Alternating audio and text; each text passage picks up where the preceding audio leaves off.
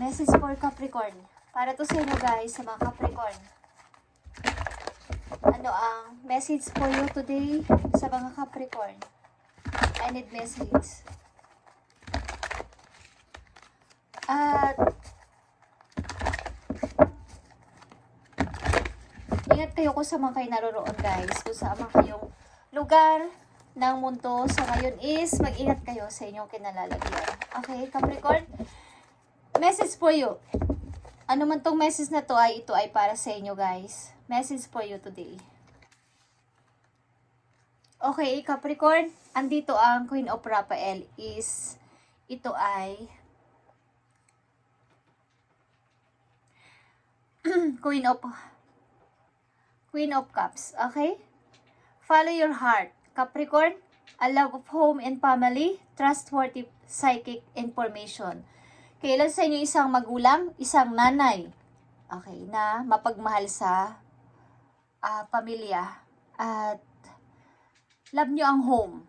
Okay? Madalas din kayong nasa bahay at nag-aasikaso ng inyong mga anak or ng inyong na mga taong nakapalibot sa inyo at ilan sa inyo talagang understanding sa lahat ng mga tao sa inyong paligid at napakabait na person. Okay?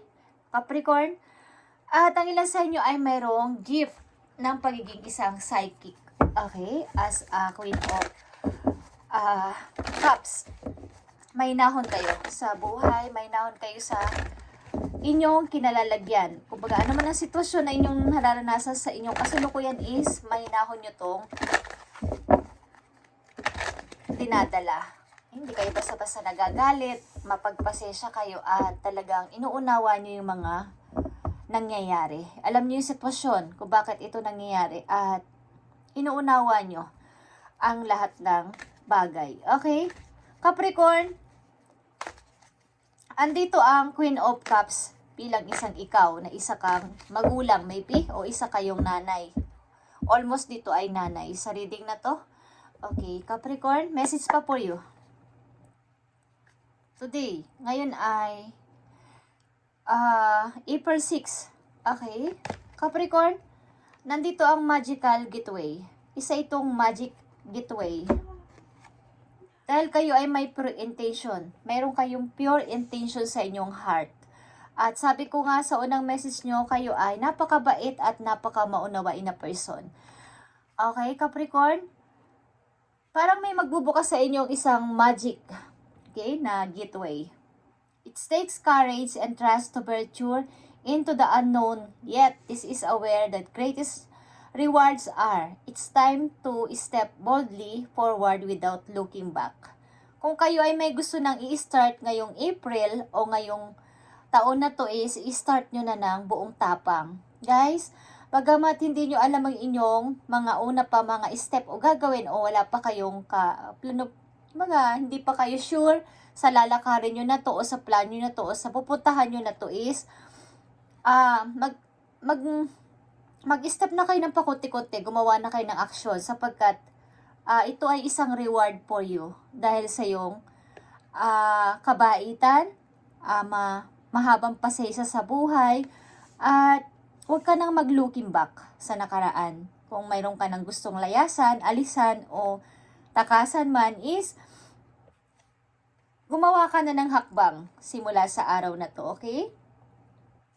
Mag-trust ka na ikaw ay bibigyan ng katapangan ni God, okay, sa iyong balak na to at sa iyong paplanuhin na to. Sa iyong decision na to, kung ano man yan, is ito ay greatest reward for you dahil sa iyong kabaitan, katulad ng una mong message, ikaw ay napakabait na person at maraming pinagtitiisan o pinagtiisan sa buhay. So, kailangan mo nang mag-step boldly forward without looking back. Okay, Capricorn? May magbubukas na napakagandang opportunity for you na hindi mo to inaasahan. Isa itong magical gateway. Dahil sa iyong pure intention, yung mga minamanifest mo ay will help you to use your wishes wisely. Kapag yung heart mo ay pure. So, follow your heart. Kung ano man tong iyong dinidikta ng iyong heart sa ngayon is follow your heart. Message for you, Capricorn. Sino ka man na nandito sa reading, ay alam mo ang inyong situation at kung kayo ay involved dito, relate kayo dito sa message today is para to sa'yo. At mararamdaman to ng iyong puso. Para to sa'yo, Capricorn. Okay? Nandito ang focus on here and now. Kung sino at ano ang nandyan sa inyong tabi sa ngayon, yan ang inyong pahalagahan at bigyan ng attention. Okay? Here and now. At nandito ang phonics. How's that for happily ever after? Maaring kayo ay nagtatanong pamisa-misan kay Lord sa heaven na mayroon pa bang pag-asa o mayroon pa bang happiness na paparating sa buhay ko? Sa dinami-dami ng nangyayari sa akin, para kayong, yung alam niyo yung nasunugan na maaaring dumating sa point na nawalan kayo ng sobra-sobra. Sobrang nawalan kayo. Ito man ay material, mga nagmamahal na tao, at kung ano-ano pa. Maraming nawala sa inyo at tinatanong ninyo ang minsan si Lord kung mayroon pa bang happiness o mayroon pa bang pag-asa na maging happy ako. Mayroon pa bang pag-asa na magkaroon pa ako ng kaligayahan?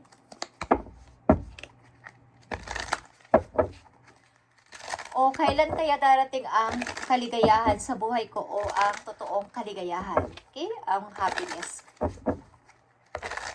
Tignan natin guys. Ang message for you. Dalawang message for you. Mag-focus kayo kung ano ang nandyan at yung ngayon na talaga.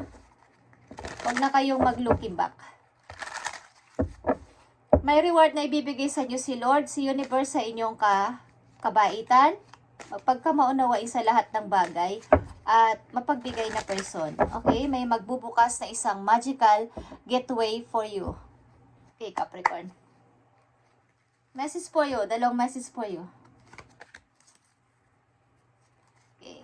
Mga offer na magbubukas sa'yo, okay? At bilang isang Queen of Cups, mapupunta ka dito sa iyong pagiging isang, okay? As a Queen of Wands. Capricorn, magkaroon ka ng courage o courageous na umangat ulit sa buhay at magkaroon ng tapang dito. Iwasan mo tong matakot ka dito, okay? Ito man ay tao o sitwasyon na kinakatakutan mo at dinidepensahan mo ang sarili mo is harapin mo to ng buong tapang para ikaw ay makawala dyan sa iyong, kumbaga binibigyan mo ng boundaries ang sarili mo na wag lumiban sa limitasyon mo at natatakot ka na baka pag nag-forward ka, umalis ka o nagplano ka sa bagay na to o may piliin ka man sa sitwasyon mo is wala kang kayang gawin. Natatakot ka. Okay? Pilitin mong harapin ang takot na to at tuman ay tao na nananakot sa'yo, literal o isang sitwasyon na hindi ka pinapakawalan. Is harapin mo. At nandito ang 9 of Wands and 5 of Wands. Ito ay about talaga sa iyong dinidesire ng heart, yung want mo sa buhay, ay marami pumipigil sa iyo para ikaw ay makalabas dyan. Binibigyan ka ng problema, Capricorn. Binibigyan ka ng pasakit ang mga tao na to at ikaw ay sinusugod. Okay? Ibig sabihin, ayaw kang palaguin sa buhay. 5 of Wands. Maraming rival sa paligid, maraming may ayaw na ikaw ay makaalis dyan sa sitwasyon mo, at maraming may ayaw na ikaw ay magtagumpay. Okay? Ang 5 of Wands kasi ay papunta sa 6 of Wands, freedom mo at sa iyong happiness. Ayaw ka nilang paalisin dyan. Nakikita mo ba ang The Hangman? May nagbabantay sa'yo at ayaw ka talagang ito ay isang taong nakahang. Ibig sabihin, alam mo naman dapat ang kaya mong gawin at pwede ka makaalis sa iyong sitwasyon but merong sa iyong humahadlang. May mga nagbabantay sa'yo, maaring hindi ka talaga pinapaalis sa sitwasyon mo o may mga nag-i-spell sa'yo para hindi ka maging ganito. Okay? Sa King of Pentacles.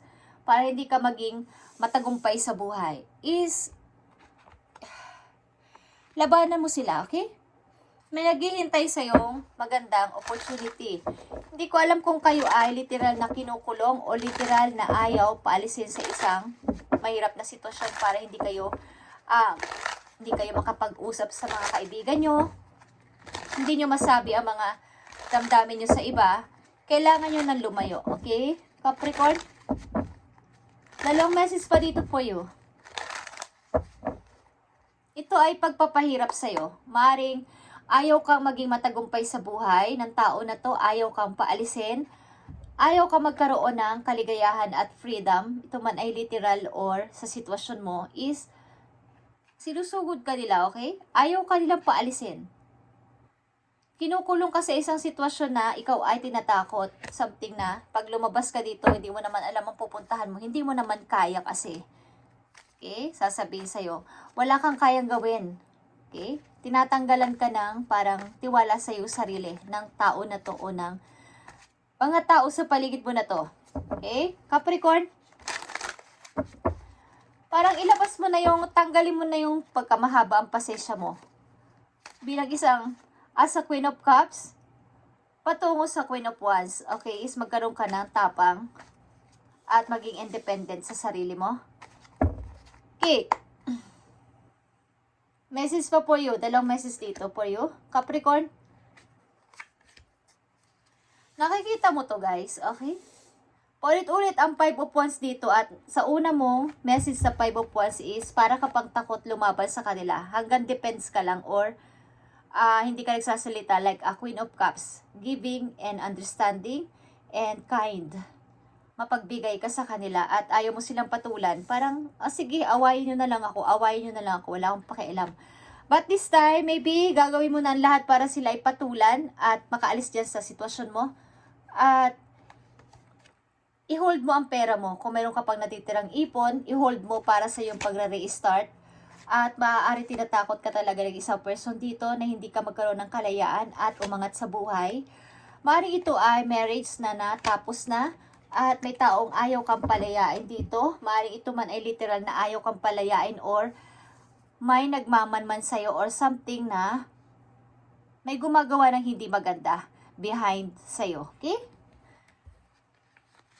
Message for you. Maging ganito ka, Queen of Swords.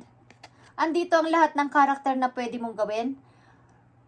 As pagiging isang mabait na tao, mapagbigay at understanding is kaya mong maging as a Queen of Wands, maging independent at maging practical na person as a Queen of Swords. Okay?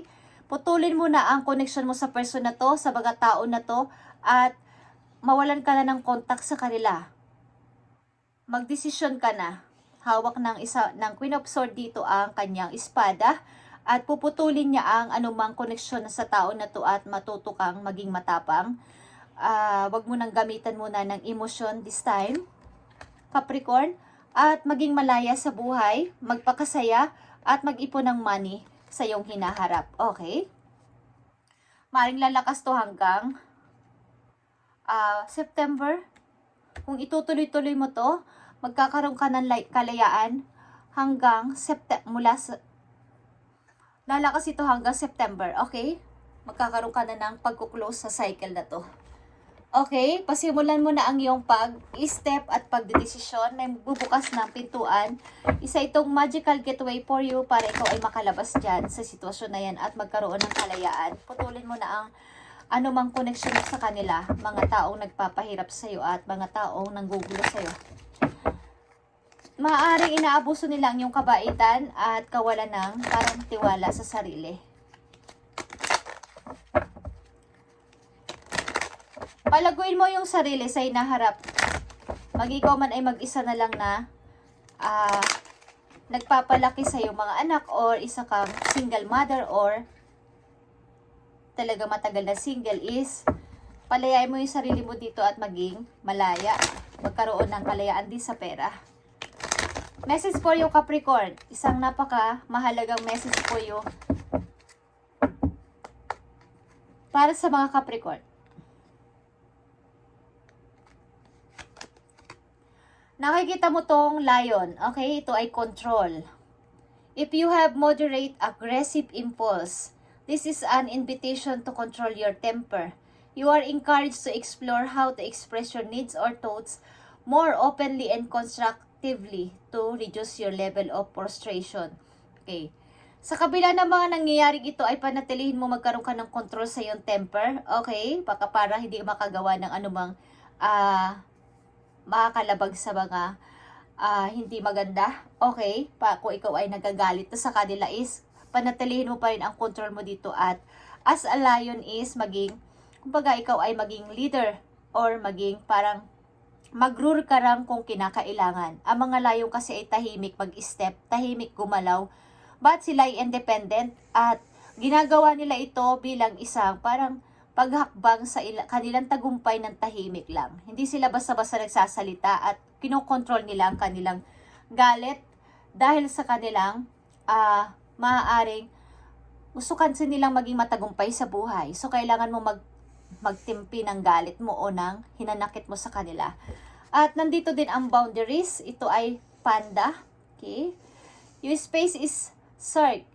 Guests who overstay their welcome impact your aura. If you have every right to stand your ground, you need our importance. You must nurture your soul with the same gentle love and support you offer to others. Okay, bigyan mo ng boundary sa mga taong parang palaging na lang nakadikit sa'yo at wala nang kalimit-limit ang paghingi sa'yo ng mga tulong, ng kung ano-ano. Lagyan mo na ng boundaries o limitasyon ng mga ito sa buhay mo at lagyan mo ng space ang iyong sarili para sa kanila na hindi, kumbaga, hindi sila palaging andyan para ikaw ay aabalahin sapagkat kailangan mo din ng privacy, kailangan mo din ng yung mga importante lang ang papasukin mo sa utak mo, okay? At para makapag-isip ka ng mas maayos. Kumbaga, bigyan mo ng boundaries ang mga tao na wag palagi dikit sa'yo ng napakatagal sapagkat nahihila nila ang iyong, kumbaga nawawala ang iyong energy dahil sa kanila. Okay, Capricorn? At isang message dito para sa iyong pag-ibig. Gusto ko lang malaman ang inyong pag-ibig. Para sa mga Capricorn, palaguin mo yung sarili simula sa pag napanood mo ang video na to is kailangan mo na dito magpatuloy sa buhay at iwanan na ang mga tao na to, ang sitwasyon na to. Magmula sa Queen of Cups, magtuloy-tuloy ka sa Queen of Wands and Queen of Swords. May pagkamatalino na sa iyong hinaharap at putulin na ang connection sa kanila. At wag palaging nakahandang tumulong sa hindi naman, kumbaga, piliin din ang mga taong lumalapit sa inyo. Wag palaging kumbaga sa isang bahay, palagi na lang welcome ang bahay nyo sa lahat ng tao. So, parang hindi nyo na, wala na kayong space. At kulang na lang ay mag-stay sila doon. Hindi na sila umaalis, minsan nagkakalat pa, okay? So, wala ka ng, the more na gusto mo yung adhikain mong makatulong, nawawala na because napapalitan na yun ng ikaw ay naiinis, nagagalit, or baka mawalan ka na ng temper.